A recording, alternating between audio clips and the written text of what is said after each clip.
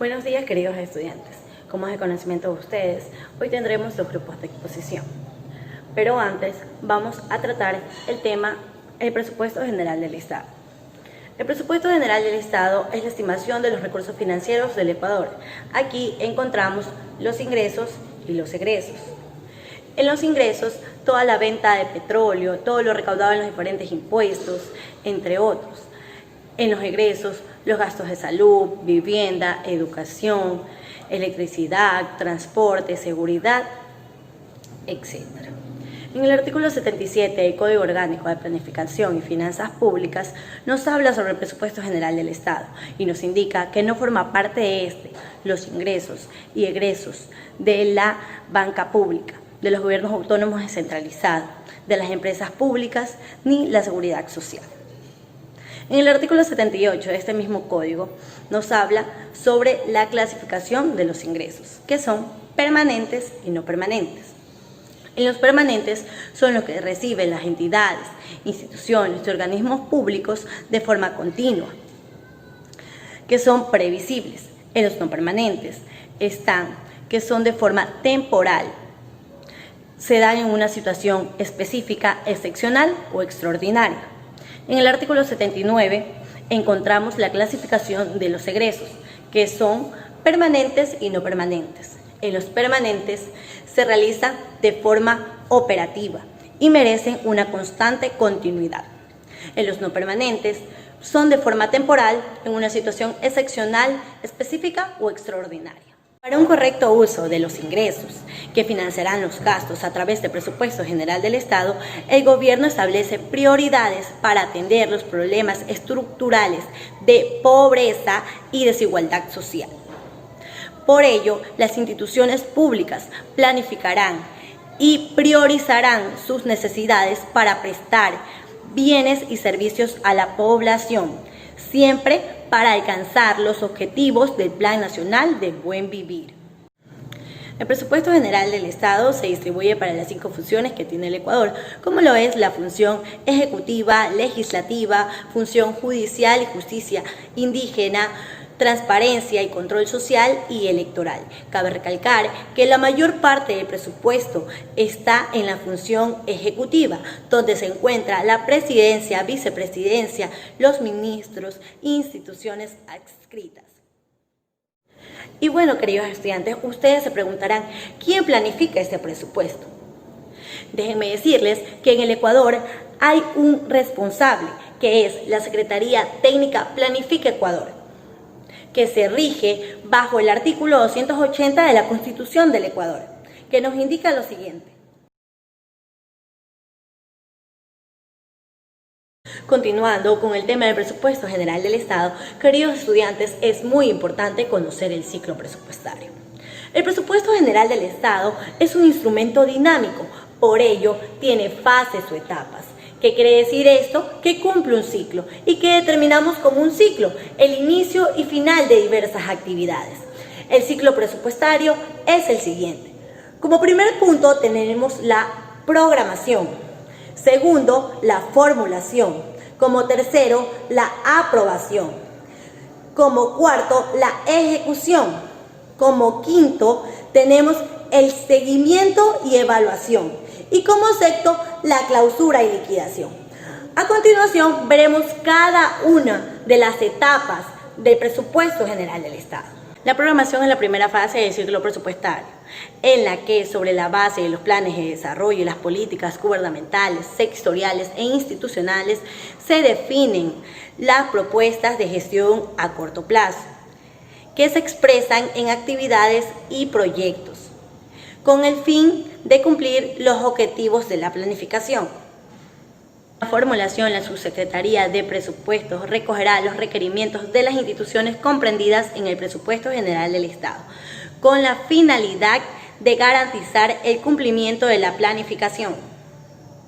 Cabe recalcar que en el artículo 294 de la Constitución del Ecuador nos determina que la función ejecutiva tendrá que elaborar la proforma del presupuesto anual y la programación del presupuesto cuatrianual. La aprobación estará a cargo de la Asamblea Nacional. Una vez el Poder Ejecutivo, a través de la Presidencia de la República del Ecuador, envíe la proforma, la Asamblea Nacional podrá hacer observaciones y proponer cambios en la distribución del presupuesto, pero sin alterar el monto total de la proforma. Fase ejecución.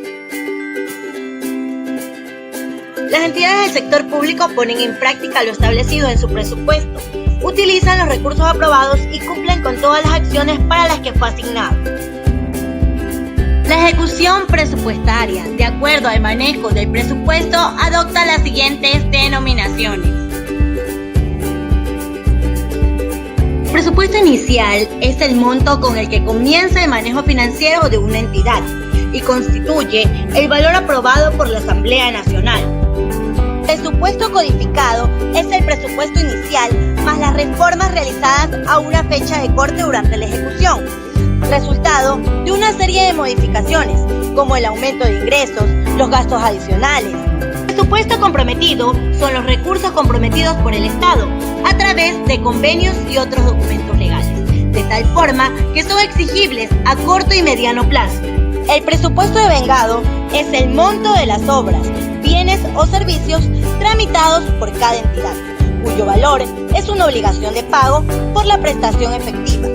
Presupuesto pagado son los pagos efectivos realizados a los proveedores por los bienes o servicios adquiridos.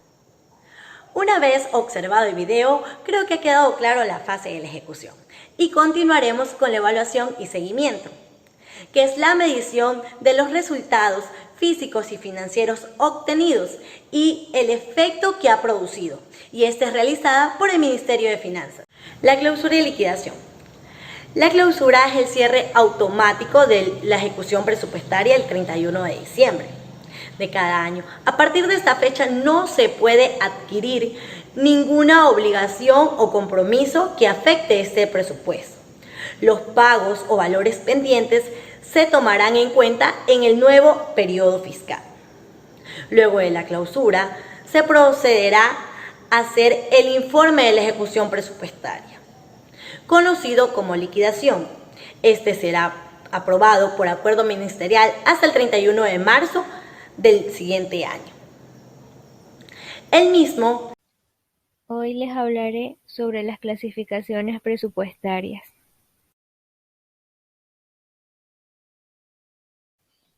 Las clasificaciones presupuestarias son instrumentos que permiten organizar y presentar la información de las operaciones correlativas al proceso presupuestario, con el objeto de facilitar la toma de decisiones durante el mismo.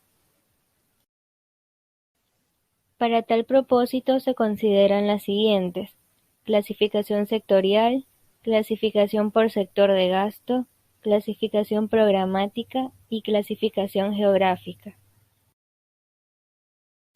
Asimismo, clasificación por fuentes de financiamiento, clasificación por concepto de ingresos y por objeto del gasto, clasificación económica de los ingresos y gastos, clasificación funcional del gasto y por último, la clasificación por orientación del gasto. En efecto, el clasificador presupuestario es el elemento directriz del ordenamiento y organización de las asignaciones presupuestarias que distingue el origen y fuente de los ingresos y el objeto de los gastos identificados según su naturaleza económica. Clasificador presupuestario. ¿Qué es el clasificador presupuestario?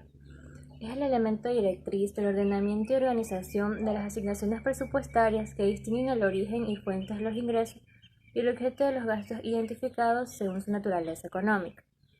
El uso del clasificador de ingresos y gastos es obligatorio para todas las instituciones y organismos del sector público no financiero.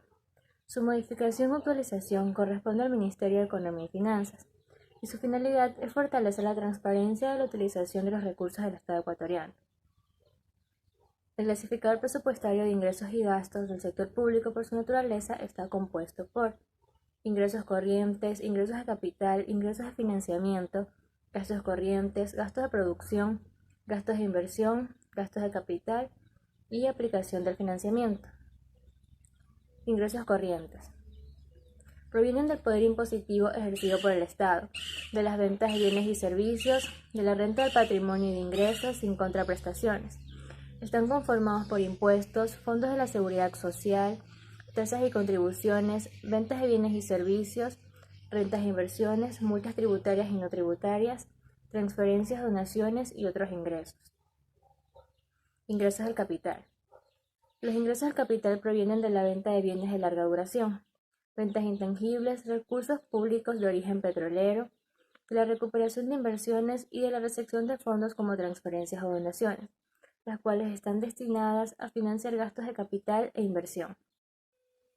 Ingresos de financiamiento.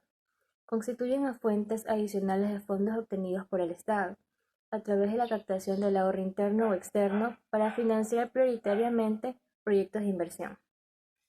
Gastos corrientes. Comprenden los gastos incurridos en la adquisición de bienes y servicios necesarios para el desarrollo de las actividades operacionales y administrativas, y el aporte fiscal sin contraprestaciones. Incluyen los gastos en personal, prestaciones de seguridad social, bienes y servicios de consumo, gastos financieros y otros gastos. Gastos de producción. Estos son los costos incurridos en las actividades de producción para la obtención, transformación y o comercialización de bienes y servicios generados por empresas públicas. Están conformados por gastos en personal y en bienes y servicios. Gastos de inversión. Estos son los gastos destinados a la ejecución de programas que buscan mejorar las capacidades sociales y de proyectos de construcción de obras públicas cuyo devengamiento produce contablemente modificaciones directas en la composición patrimonial del Estado. Gastos de capital. Esta es la asignación destinada a la adquisición de bienes de larga duración para uso operativo. Su devengamiento produce contablemente modificaciones directas en la composición patrimonial del Estado, aumentando los activos de larga duración y el monto de la inversión financiera. Y por último, la aplicación del financiamiento. Estos son recursos destinados al pago de la deuda, así como el rescate de títulos valores emitidos por entidades del sector público. Están conformados por la amortización de la deuda pública y los saldos de ejercicios anteriores. Gracias. El artículo 113 del Código Orgánico de Planificación y Finanzas Públicas habla sobre el contenido y finalidad. La fase del ciclo presupuestario comprende el conjunto de acciones destinadas a la utilización óptima del talento humano y los recursos materiales financieros asignados en el presupuesto con el propósito de obtener los servicios y obras en la cantidad, calidad y oportunidades previstos en el mismo. El artículo 114 habla sobre la norma aplicable. Las disposiciones sobre la programación de la ejecución, modificación, establecimientos de compromisos, devengamientos y pago de obligaciones serán dictadas por el rector de las finanzas públicas y tendrá el carácter de obligatorio para las entidades y organismos del sector no financiero. El artículo 115 habla sobre la certificación presupuestaria. Ninguna entidad u organismo público podrá contraer compromisos, celebrar contratos, ni autorizar o contraer obligaciones sin la emisión respectiva de la certificación presupuestaria. Durante la etapa del ciclo presupuestario, todas las entidades ponen en práctica lo establecido en su presupuesto. Es decir, cumplen con todas las acciones destinadas a la utilización de los recursos humanos, materiales, financieros que le fueron asignados con el propósito de obtener bienes y servicios en la calidad, cantidad y tiempo previsto. La ejecución presupuestaria posee ciertas características al saber. El compromiso. El compromiso es el gasto administrativo a través del cual la autoridad competente decide su realización. En este momento será una reserva parcial o total de la asignación presupuestaria. Las instituciones pueden establecer un compromiso plurianual. El devengado es el reconocimiento de una obligación a un tercero como consecuencia de la entrega de los bienes y servicios previamente contratados, sin que signifique un pago. El pago es la liquidación mediante un desembolso de dinero o transferencias realizado al proveedor que brindó el bien o el servicio adquirido. Las transferencias las realiza el Ministerio de Finanzas previa a la solicitud de la institución que lo haya contratado al tercero. El artículo 116 habla sobre los establecimientos de compromiso. Los créditos presupuestarios quedarán comprometidos en el momento en que la autoridad competente, mediante actos expresos, decida la realización de los gastos con o sin contraprestación cumplida o por cumplir, y siempre que exista la respectiva certificación presupuestaria. En ningún caso se adquirirá compromisos con una finalidad distinta a la prevista respectivo en el presupuesto. El artículo 600 habla sobre las obligaciones. Las obligaciones se generan y producen afectaciones en el presupuesto definitivamente en los siguientes casos. 1. Cuando ineludiblemente por excepciones deban realizarse pagos sin contraprestaciones de acuerdo con lo que disponga las normas técnicas del presupuesto que edite el rector de las finanzas públicas. Y 2. Cuando se reciba de terceros obras, bienes o servicios adquiridos por una autoridad competente mediante el acto administrativo válido, haya sido comprobado o no. El registro de las obligaciones debe ser justificado para el numeral 1 y además comprobado para el numeral 2 con los documentos auténticos respectivos. Para estos efectos se entenderá como documentos justificativos a los que determinan un compromiso presupuestario, y los documentos comprobatorios los que demuestran la entrega de las obras, los bienes o servicios contratados. Bien, vamos a hablar sobre la cédula presupuestaria. ¿Qué es la cédula presupuestaria? La cédula presupuestal es aquella hoja de control del presupuesto que sirve para verificar el avance, la ejecución y el cumplimiento de los proyectos de la empresa. Dentro de los tipos de cédula presupuestaria podemos encontrar el presupuesto de venta, el presupuesto de producción y el presupuesto de compra de materia prima. El artículo 13 de la Ley Orgánica de la Contraloría General del Estado establece que la contabilidad gubernamental como parte del sistema de control interno tendrá como finalidades establecer y mantener en las instituciones públicas del Estado un sistema específico y único de contabilidad y de información gerencial que integre las operaciones financieras, presupuestarias, patrimoniales y de costos que componen los principios de contabilidad generalmente aceptados, aplicables al sector público, que satisface los requerimientos operacionales y gerenciales para la toma de decisiones, de conformidad con lo establecido con las políticas y normas de parte del Ministerio de Economía y Finanzas. Por otra parte, el artículo 21 de la Ley Orgánica de Responsabilidad, Estabilización y Transparencia Fiscal establece que las máximas autoridades de cada entidad u organismo del sector público deberán enviar mensualmente, dentro de los 30 días del mes siguiente, al Ministerio de Economía y Finanzas la información presupuestaria, financiera y contable, de acuerdo con las normas técnicas expedidas por el Ministerio de Economía y Finanzas. Además, remitirán trimestralmente la información de ejecución de sus planes operativos y de los planes de reducción de deuda, si fuese el caso, para fines de consolidación y divulgación. Las partidas presupuestarias del Presupuesto General del Estado. El Presupuesto General del Estado contiene las previsiones de ingresos y gastos del sector público no financiero, excepto de los organismos del régimen seccional autónomo y de las empresas públicas, que constituyen presupuestos independientes de este.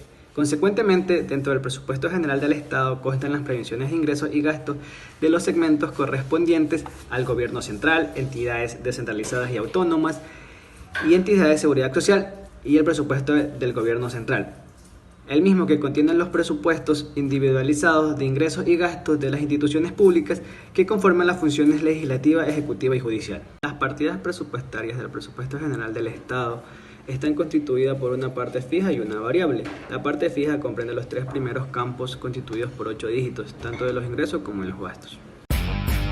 Hola, mi nombre es Josué y hoy te voy a explicar la cédula presupuestaria de ingresos y egresos. Empezamos. Para iniciar, vamos a hablar sobre la cédula presupuestaria de ingresos. Es la que contiene información relativa al encabezado de donde se identifica la entidad, el tipo de cédula y el alcance que éste tiene, que será al finalizar de cada mes. Su estructura está formada por la partida, la denominación, la asignación inicial, las reformas, los codificados, el devengado y el saldo por devengar. De la misma manera te vamos a explicar qué es la cédula presupuestaria de gastos. Es la que contiene información relativa al encabezado, es decir, de los gastos de la empresa, donde se identifica la identidad, el tipo de cédula y el alcance que ésta tiene, que será al finalizar del mes, por ejemplo, al 30 de julio del 2008. Su estructura es la siguiente: partida, denominación, asignación inicial, reformas, codificado, compromiso, saldo de compromisos, el devengado y el saldo por devengar. Reconocimiento de los hechos económicos se subdividen en alcance, reconocimiento de activos, reconocimiento de pasivos, reconocimiento de ingresos, reconocimiento de gastos, patrimonio, ajustes económicos, estimaciones presupuestarias y periodos de contabilización. Reconocimiento de pasivos. Se reconoce un pasivo en el balance general cuando una entidad pública tiene una obligación presente, legal o implícita, como resultado de sucesos pasados, y es probable que la entidad, para la cancelación de dicha obligación, se desprenda de recursos que lleven incorporados beneficios económicos o potenciales servicios.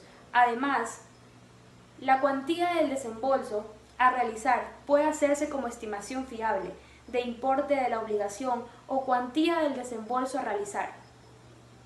Reconocimiento de los hechos económicos, Ministerio de Finanzas. Alcance. Los hechos económicos se reconocerán en función de las transacciones que los generan. Reconocimiento de activos. Se reconoce un activo en el balance general cuando es probable que se obtengan beneficios económicos o potencial de servicios futuros que evidencien un alto grado de certeza en el cumplimiento de sus objetivos y así puedan ser medidos con fiabilidad. Reconocimiento de ingresos. Se reconoce un ingreso en el estado de resultados cuando ha surgido un incremento en los beneficios económicos o potencial de servicios futuros, relacionando con un incremento en los activos o un decremento en los pasivos, distinto de contribuciones al capital, y además el importe del mismo puede ser medido en forma verosímil. Reconocimiento de gastos. Se reconoce un gasto en el estado de resultados cuando ha surgido un decremento en los beneficios económicos o potencial de servicios futuros, distinto de distribuciones al capital. Además, este importe del mismo puede ser medido en forma verosímil. Patrimonio. Los activos netos se constituyen en el patrimonio de la entidad pública. El mantenimiento del patrimonio en el sector público se relaciona con la manera en que una entidad pública mantiene el potencial de servicios a la comunidad. Ajustes económicos. Los ajustes originados en depreciaciones, corrección monetaria o consumo de inventarios se ha deteriorizado en la regularización, acumulación de costos u otros de igual naturaleza. Estas implican traspasos, regularizaciones o actualización de cuentas de activo, pasivo o patrimonio.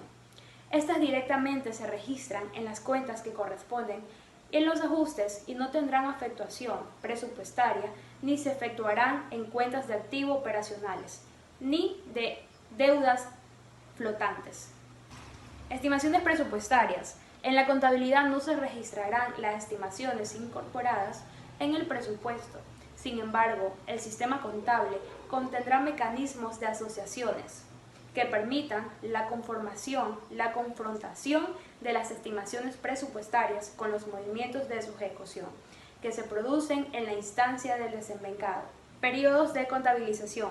Los hechos económicos se deberán contabilizar en la fecha que ocurran dentro de cada periodo mensual, de acuerdo con las disposiciones legales y prácticas comerciales de general anticipación en el país. No se anticipará o postergarán las anotaciones ni se contabilizarán en cuentas diferentes a las establecidas en el catálogo general.